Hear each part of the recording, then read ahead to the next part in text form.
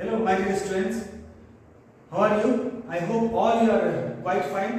तुम सब अच्छे होंगे, बहुत ही अच्छे और खुश रहोगे। चलो आज हम लोग चलते हैं न्यूक्लियोफिलिक एरोमेटिक सब्स्टिट्यूशन रिएक्शंस। मेरा नाम रितेश मिश्रा है और हम लोग देखते हैं कि हेलोजेन्स के अंदर इतना आसानी से सब्स्टिट्यूशन रिएक्शन क्यों नहीं हो पाता है। यदि हम लोग मिथाइल हैलाइड में और वहां सोडियम हाइड्रोक्साइड लगाएं तो वो रिएक्शन इजीली पॉसिबल है। मिथेनॉल OH लेके वो बन सकता है, या तो SN2 से या SN1 से वो बन जाएगा। लेकिन यदि मैं क्लोरोबेंजीन लेता हूं तो क्लोरोबेंजीन के साथ सेम रिएजेंट लेके वो रिएक्शन पॉसिबल नहीं हो पाता। यदि सोडियम हाइड्रोक्साइड लेंगे तो वो रिएक्शन इतना आसानी से पॉसिबल नहीं है। ऐसा क्यों है कि जो क्लोरोबेंजीन है वो सेम रिएजेंट के रिस्पेक्ट में इनर्ट होता है, वो सेम रिएजेंट लेने के बाद भी रिएक्शन पॉसिबल नहीं हो पाता। ऐसा क्या रीजन है? लेकिन एक दिन स्पेसिफाइड टेम्परेचर ले, स्पेसिफाइड प्रेशर ले और एक स्ट्रॉन्ग बेस ले तो रिएक्शन होता है। क्या मैंने कहा? सेम रिएक्शन को यदि हम सोडियम हाइड्रोक्साइड के साथ 623 केल्विन टेम्परेचर जो कि एनसीईआरटी बुक करता है और 300 atm प्रेशर लेंगे, फर्स्ट और सेकंड है HCl लेंगे, तो ये रिएक्शन फिनॉल बन जाएगा। ये पॉसिबल है। लेकिन एक नॉर्मल रिएक्शन सेम टेम्परेचर पे, नॉर्मल रिएक्शन सेम रिएजेंट से पॉसिबल ही नहीं है। आखिर क्या रीजन है कि इस तरह से हमें इतने भारी भरकम चीज लेने पड़ते हैं? तो इसके टू रीजन है स्टूडेंट्स। एक रीजन क्या है कि क्लोरीन के पास लोन पेयर है ना, इसके पास लोन पेयर है, तो लोन पेयर से रेजोनेंस होगा और रेजोनेंस से पार्शियल डबल बॉन्ड आएगी बिटवीन क्लोरीन एंड ये कार्बन के बीच में। क्या आएगा? क्लोरीन और कार्बन के बीच में डबल बॉन्ड आएगी। तो उससे क्या होगा? पार्शियल डबल बॉन्ड के कारण उसकी बॉन्ड डिसोसिएशन एनर्जी बहुत ज्यादा हो जाएगा। मेरी बात समझ आ गई? क्या हमने कहा कि इस कंपाउंड में एक रेजोनेंस होगा और रेजोनेंस होने से इसके बीच में यहां पे एक पार्शियल डबल बॉन्ड है और अब इससे क्या होगा? अब इसके बॉन्ड डिसोसिएशन एनर्जी बहुत ज्यादा हो जाएगा, बॉन्ड लेंथ छोटी हो जाएगी। तो किसी भी न्यूक्लियोफाइल के लिए इस पे अटैक करना पॉसिबल नहीं है। मेरी बात समझ आ रही है कि इस कंपाउंड क्लोरीन के पास लोन पेयर है और लोन पेयर काम क्या होगा? इस पूरे बेंजीन के अंदर एक इलेक्ट्रॉन डेंसिटी बढ़ जाएगी, रेजोनेंस हो जाएगा और पार्शियल डबल बॉन्ड आएगा यहां पे। तो OH जो है वो अटैक ही नहीं कर पाएगा, बहुत ही मुश्किल होगा अटैक करना। ठीक है? तो फिर अब सेकेंड वे क्या है, सेकेंड मेथड तरीका क्या है इस पे अटैक करवाने का? अब देखो दो मेथड है, यहां से हम चलते हैं। एक तो जाते हैं किस पे कि यदि मैं इसमें जो नेगेटिव चार्ज होते हैं, इसके जो इलेक्ट्रॉन डेंसिटी बढ़ जाते हैं रेजोनेंस के कारण, इस पूरे बेंजीन के इलेक्ट्रॉन डेंसिटी बढ़ेंगे क्योंकि रेजोनेंस होगा तो नेगेटिव चार्ज यहां पे आएगा, मेसोमेरिक इफेक्ट होगा। ठीक है? तो उस मेसोमेरिक इफेक्ट से जो इलेक्ट्रॉन डेंसिटी बढ़ता है ऑर्थो पैरा पे, उस डेंसिटी को यदि हम कम कर दें तो यदि उस डेंसिटी को अपन लोग कम कर दें तो कोई भी न्यूक्लियोफाइल के लिए अटैक करना आसान हो जाएगा। ठीक है? लेकिन यदि हम उस नेगेटिव चार्ज जो उस डेंसिटी है उसको कम नहीं करेंगे तो फिर ये अटैक करना बहुत ही मुश्किल हो जाएगा, ये अटैक कर नहीं पाएगा। और यदि होगा तो बहुत ही ज्यादा हाई टेम्परेचर और हाई प्रेशर पे लेगा और उसका मैकेनिज्म अलग ही होगा, जिसे हम लोग कहते हैं बेंजाइन मैकेनिज्म, जो लोग बाद में पढ़ेंगे। ठीक है? तो इजीली वो पॉसिबल नहीं हो पाता है। ठीक है? अब इसमें चलते हैं कि इस कंपाउंड के अंदर यदि मैं एक इलेक्ट्रॉन विथड्रॉइंग ग्रुप लगा दूं या फिर दो इलेक्ट्रॉन विथड्रॉइंग ग्रुप लगा दूं या तीन लगा दूं, तो जितना ज्यादा इलेक्ट्रॉन विथड्रॉइंग ग्रुप लगाएंगे जो इलेक्ट्रॉन डेंसिटी यहां पे प्रेजेंट है वो कम होते जाएगा। क्यों? क्योंकि वो इलेक्ट्रॉन विथड्रॉइंग ग्रुप उस इलेक्ट्रॉन डेंसिटी को अपनी तरफ खींच लेगा।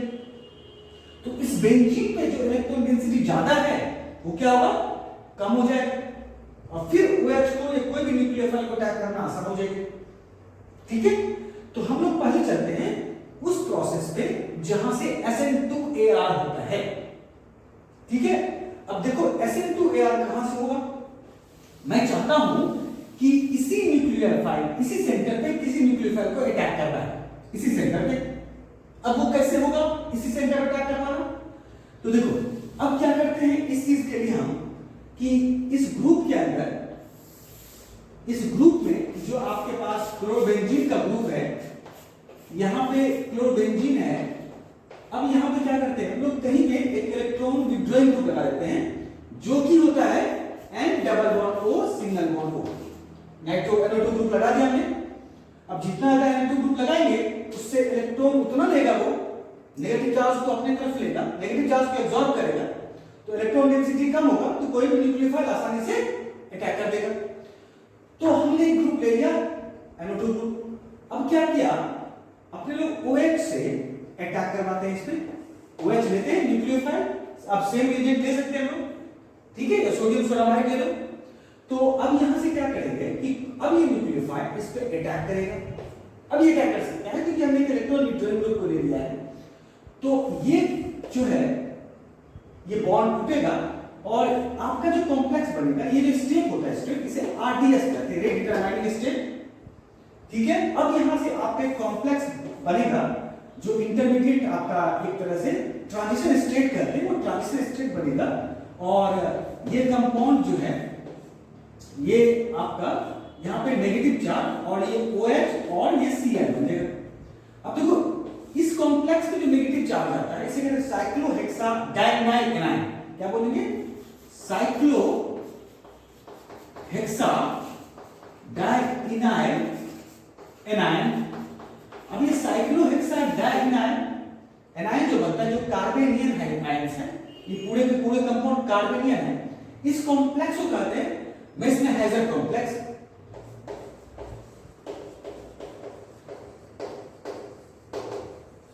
मेस्नेहाइजर कॉम्प्लेक्स कहते हैं, ठीक है। तो ये मेस्नेहाइजर कॉम्प्लेक्स जो होगा, ये मेस्नेहाइजर कॉम्प्लेक्स फॉर्म होता है। ये कभी कभी आता है क्वेश्चन मेंस में या कहीं भी इस तरह का क्वेश्चन देखा है जो पूछा गया है कि जो बनता है इसमें इंटरमीडिएट कॉम्प्लेक्स को कहते क्या है, ठीक है। तो ये मेस्नेहाइजर कॉम्प्लेक्स बनता है और उस कॉम्प्लेक्स से अब आगे के रिएक्शन लोग देखते हैं कि ये जो यहाँ पे NO2 ग्रुप है उसका काम क्या आता है। अभी देखो यहां से बहुत सारा चीज निकल के आ जाएगी कि आखिर कंपाउंड का क्या होगा। ये अब यहाँ पे अपने को एक कार्बेनियन साइक्लोहेक्साडाइनाइल एनायन बना। अब इस सेम कॉम्प्लेक्स को हम लोग क्या करते हैं, एक रिएक्शन में लेके जाते हैं। अब यहाँ पे OH Cl और नेगेटिव चार्ज है, ठीक है, और N O है। तो अब ये क्या होगा, इस कंपाउंड में फिर से नेगेटिव चार्ज और आपका एक कॉम्प्लेक्स क्या बनेगा, यहां पे OH Cl bond N double bond O single bond O। जब नेगेटिव चार्ज यहां पे आएगा, अब ये NO2 ग्रुप उस नेगेटिव चार्ज को अपने तरफ ले लेगा। अब ये लेगा, यहां पार्शियल डबल बॉन्ड आ जाएगा, यहां पे पार्शियल डबल बॉन्ड आएगा। तो अब इससे कॉम्प्लेक्स क्या बनेगा, अब देखो कॉम्प्लेक्स क्या आएगा, ये जो है कॉम्प्लेक्स इस तरह से, जो कॉम्प्लेक्स है, ये जो कंपाउंड है, ये कंपाउंड आगे बनेगा। और ये कंपाउंड मैं यहां पर लिख रहा हूं OH Cl और डबल बॉन्ड है O बनेगा, ठीक है। तो अब यहां पे एक केस है, जब देखो यहां पे आपके जो बॉन्ड पहले से ही है ना, ये यहां पे पहले से बॉन्ड है। तो अब क्या होगा, ये बॉन्ड यहां से फिर टूट जाएगा और फिर ये बॉन्ड ऐसे टूटेगा और अल्टीमेटली रेजोनेंस हो रहा है। तो इस कंपाउंड के अंदर यहां पे OH Cl बॉन्ड और फिर यहां पे बॉन्ड बनेगा, यहां पे नेगेटिव चार्ज है और आपके पास कंपाउंड क्या है, ये NO2 ग्रुप है, ठीक है। अब देखो इसमें जो यहां पे बॉन्ड था, ये बॉन्ड टूटा, फिर यहां पे नेगेटिव चार्ज आ गया, डबल बॉन्ड बना, फिर रेजोनेंस हुआ। तो अब यहां पे जैसे इलेक्ट्रॉन डेंसिटी बढ़ेगा, क्लोरीन क्या है, बेटर लिविंग ग्रुप है, तो वो अपनी पोजीशन से, तो आपका यहां तक का स्टेप स्टूडेंट्स, जो 2 और ये 3 स्टेप बनाया, ये फर्स्ट स्टेप में आएगा, ठीक है। अब यहां से जो हम स्टेप लिख रहे हैं वो सेकंड स्टेप में आएगा। तो अब इस स्टेप से यहां से क्या होगा, जो कंपाउंड बनते हैं, देखो ये जो सेकंड स्टेप है, इसमें क्या होगा, ये कॉम्प्लेक्स क्या है, तो इस कॉम्प्लेक्स में आपका अब ये क्लोरीन मूव कर जाएगा, और मूव करने के बाद ये जो कंपाउंड है ये OH और डबल बॉन्ड और NO2 बन जाएगा। तो क्या देखा हमने कि ये जो बनता है, जो रिएक्शन जो हो रहा है, ये SN, इसलिए इसे हम क्या करते हैं, SN2AR रिएक्शन करते हैं, aromatic nucleo biomolecular nucleophilic substitution reaction. ये दो चीज पे डिपेंड करता है, आपके न्यूक्लियोफाइल क्या लिया और दूसरा सबस्ट्रेट कैसा है, ठीक है। स्ट्रॉन्ग न्यूक्लियोफाइल लेंगे तो पॉसिबल रिएक्शन, सबस्ट्रेट कैसा लेंगे, जितना ज्यादा NO2 group electron withdrawing group attach रहेगा उतना ही फास्ट रिएक्शन होगा। क्लियर है? तो ये दोनों चीज पे होते हैं, और इस तरह की रिएक्शन जो भी होगा, जैसे मैं एक और लिखता हूं, देखो इसमें भी पॉसिबल है, हेटेरोसाइक्लिक यदि बेस है तो वहां भी रिएक्शन पॉसिबल है। जैसे मैं pyridine ले लेता हूं, अब pyridine के अंदर देखो वहां भी पॉसिबल है। ये इस तरह की रिएक्शन, जितना ज्यादा इलेक्ट्रॉन अब विड्रॉइंग ग्रुप लगाएंगे, चाहे आप हेटेरोसाइक्लिक कंपाउंड हो, हेटेरोसाइक्लिक कंपाउंड हो, वहां भी इस तरह की रिएक्शन पॉसिबल है। अब ये देखो, जैसे मैं इस तरह से, ठीक है, और मैं यहां पे लगाता हूं क्लोरीन, तो यहां पे देखो क्लोरीन लगा दिया। अब यदि मैं लिया C2H5O नेगेटिव, एक बेस ले लिया स्ट्रॉन्ग, तो अब क्या होगा, यहां से रिएक्शन ये जो पॉसिबल है, यहां पे वो C2H5 अटैच कर जाएगा, ठीक है, समझ आएगा। सेम तरह से यदि हम C2H5O के बजाय, चलो एक और लेते हैं, देखिए अब हमने क्या किया, यहां पे एक N2 ग्रुप लगा दिया, ठीक है, और यहां पे क्लोरीन लगा दिया। अब यदि NH3 लेते हैं तो भी रिएक्शन पॉसिबल है, तो क्या होगा, ये कंपाउंड जो है NO2 यहां पे, और ये यहां से हटके NH2 लग जाएगा, ठीक है, ऐसे बाहर हो जाएगा। तो इस तरह से जितने इलेक्ट्रॉन विड्रॉइंग ग्रुप लेंगे, इसीलिए आपके एनसीईआरटी बुक में क्या लिखा हुआ है कि ऑर्थो और पैरा पोजीशंस पे NO2 ग्रुप लगा हुआ है, तो सिंपली वाटर लिया और बॉइल किया, रिएक्शन हो गया। क्यों?